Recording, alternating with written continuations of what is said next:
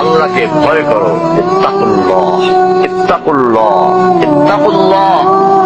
ওহে মুসলিম, তোমাকে আল্লাহর সামনে দাঁড়াতে হবে। তোমার হিসাব নেওয়ার জন্য আল্লাহই যথেষ্ট, যিনি সব জানেন। তুমি যা গোপন করো ও প্রকাশ করো।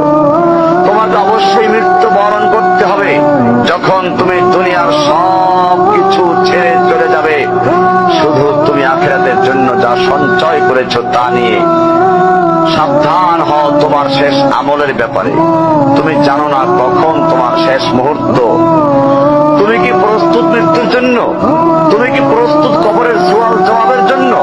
তুমি কি প্রস্তুত ভয়াবহ কিয়ামতের জন্য, হাসরের ময়দানের জন্য, হিসাব নিকাশের জন্য, আল্লাহকে জবাব দেওয়ার জন্য, মিজানের জন্য? তুমি কি প্রস্তুত চুলের চাইতে সূক্ষ্ম, তরবারির চাইতে ধারালো পুলসিরাতকে পাড়ি দেওয়ার জন্য?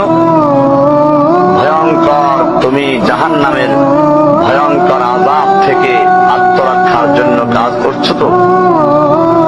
যার ইন্ধন মানুষ এবং পাথর, যার আগুন ভয়ঙ্কর উত্তাপ সম্পন্ন কালো বর্ণের, যা হৃদয় পর্যন্ত জ্বালিয়ে দেবে, এমন উত্তপ্ত পানি যা নাড়ি ঘুড়িকে বের করে দিবে। রয়েছে খাবারে হিসাবে জাক্কুম ও গলিত পুঁজ। জাহান্নাম অসম্ভব গভীর ভয়াল জায়গা, কঠোর হৃদয় ফেরেশতারা নিযুক্ত, যেখানে শাস্তির মাত্রা বৃদ্ধির জন্য শরীরকে অনেক বড় করে দেওয়া হবে। চামড়াগুলো জ্বলে যাবে, বের হতে চাইবে, বের হতে পারবে না। মৃত্যুকে ডাকবে, মৃত্যু আসবে না। ভয়ঙ্কর শাস্তি যা অনন্তকাল ব্যাপী চলতে থাকবে।